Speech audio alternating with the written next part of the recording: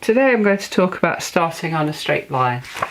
There are several different ways of doing this and several reasons for actually wanting to start on a straight line.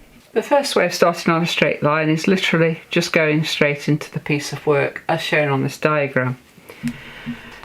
Now, before you start and decide you're starting on a straight line, you have to decide why you're going to start on a straight line, if you've got a particular reason for wanting to do it. This piece, as shown in the working diagram, is actually for a wall hanging, which obviously you need to start on a straight line for. If you're wanting it for an insertion, for instance, you would actually want a foot side across the top as well. So that is one reason for doing it like that. Another way of starting on a straight line is the way the continental Belgian laces do, as shown in this piece of Flanders. Now you can start on a straight line like this, and you can put this foot side edge onto any piece of lace as well. You note that you're going to start across the top line, and each pin is had in 2 pairs, and you're working a cloth stitch and twist with the previous pair, and then the pairs are dropping through to form the ground in this piece of lace. If you were doing this edging like this, you'll be starting on the left hand corner, you'd be hanging 2 pairs to go down that way, 2 pairs to come across, and then the next pin you'd be adding 2 pairs on each one, and you'd be working cloth stitch and twist and then moving across. So the pair that you've hung on this pin would be two pairs on this pin rather. One pair will be going down and the next one will be coming across. The next 2 pairs it would change and that one will be going down. This will be a new one and the new one will go across. And you continue like that all the way across the line. Then you actually work 2 rows across in cloth stitch, so you're working it on the horizontal and you're working 2 long lines. This can be quite tricky to get started. The other way of doing it is how I start the angels, and I've started at this pin and I started in both directions. I start by putting pairs in at this, and then once I've got it started at this corner, I turn this and work it this way down, adding pairs to come out at each junction, each pin here and here and here, all the way down, before I then turn it to work it this way down the angel. Now you could do this, you could put this onto an edging, it could be a buck's point, it could be Bedfordshire, or lots of other types of lace. You could add this on. With the Flanders way, the pinholes on the outside edge want to be parallel, level with the ones on the inside edge. On this method, they are staggered, they're like a zigzag. So just 2 different ways, 2 different approaches. So I've decided to work this line horizontally here as the first line. I'm starting at the narrowest point on the cloth stitch fan because that's the easiest point to start off there, and the ground just a horizontal line across from it. The pin on the foot side, that's going to be the first one I'm going to work. So I'm going to hang 4 pairs at the back of this. The first 2 will be side by side, and the next 2 will be open formation, because this gives us the foot side edge which joins the 2 pins together. So I'm cloth stitch and 2 twists and 3 on the edge, and then move the pin so that it is in the right pinhole. Where are we? And this is why I put the pin in the first place, and then I lost it.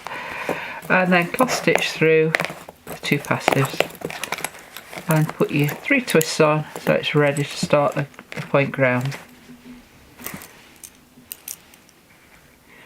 Again, hanging pairs on, but this time,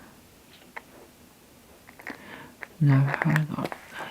Hanging 1 pair on this time for the first one, which is the catch pin. And put the pin to the right of the 2 pairs, and then bring the inside one through to the edge to do the change of worker edge. When you're learning, if you put the pin up before you work the edge stitch, it usually gets the pin in the right place. Now these can now be dropped down. If you were wanting to keep the loops, you would drop it down flat, but as it's just a sample, I'm just going to drop them down without holding the passives on the loop, and then take it back through again and put the twists on. This one can now drop off. Now the next two are going to go directly onto that pin in open formation, astride, rainbow fashion, like that. So you've got the outside ones are connected and the inside ones, and then work a point ground stitch.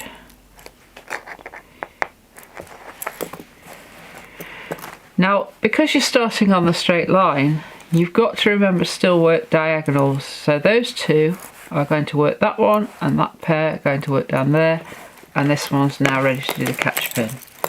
And although you're starting on a straight line, you're as well to work in the diagonal lines so that you don't get your pairs confused.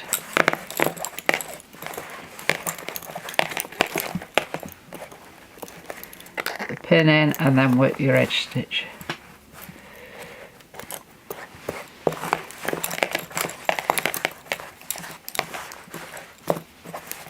Take it back through and twist on and let it sit there. Now you can see now you've got this one is ready to do this pin, but we need another 2 pairs on there. And because that's gone around the pin, I'd actually put extra twists onto what you would normally, just to make it nice and tight around there. So the next pin along on the same line, you hang 2 on again in open formation and put the twists on. And again, I would now work that diagonal line downhill to the foot side.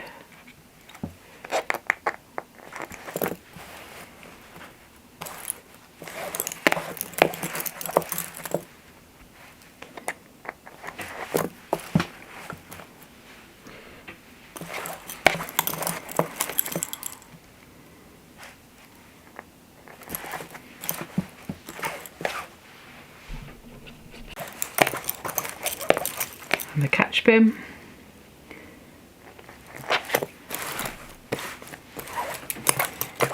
As I've mentioned before, the catch pins are to keep the vertical lines vertical without the threads pulling in. So wherever you've got a vertical gimp or passives, it needs to be a catch pin with the pin against the threads, either the gimp or the passives, to maintain that straight line.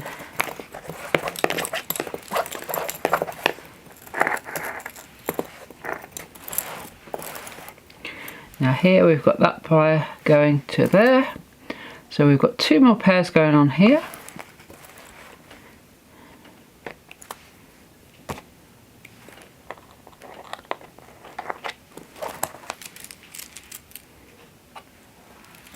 In open formation.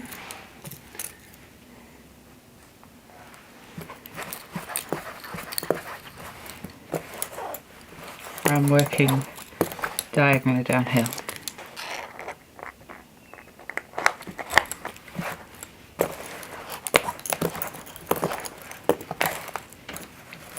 Now this is the simplest way of starting it. If you were doing the edging and it was going to be going into a seam of a garment, for instance, you wouldn't need the foot side edge as I talked about earlier, and this would be quite adequate.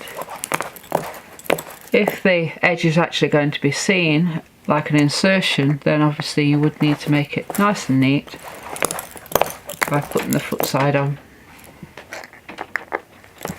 But it just depends on what your end use is for your piece of lace as to the techniques you use and how you start it.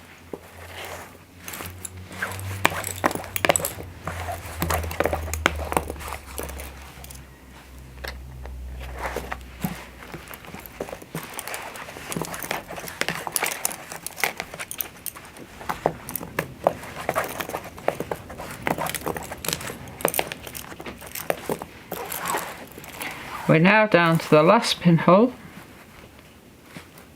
So this one is now going to feed into the cloth stitch, and they're all there waiting to come into the cloth stitch. The last 3 pairs you've got on are going to start there, that top pinhole of the cloth. So again, we'll hang them all on.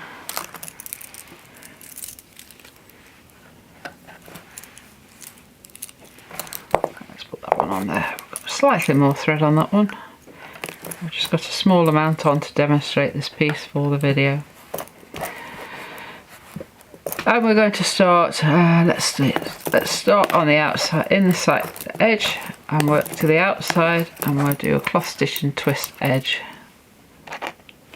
Now, because these are hung side by side, you do need to work 2 pins before you can actually take the support pin out.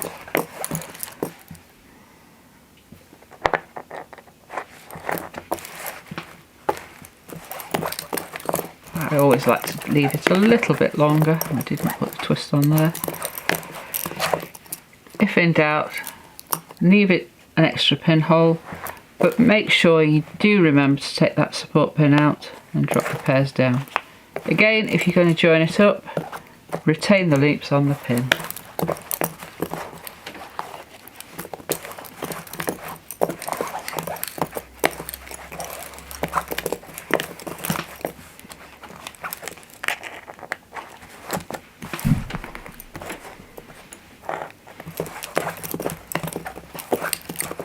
And that is the video of starting it on a straight line. I hope you've enjoyed that. If you have, leave me a comment. Subscribe to the channel so you hear about lots of new videos. I've got so many videos planned to bring to you soon. Hope you've enjoyed it. Thanks for watching.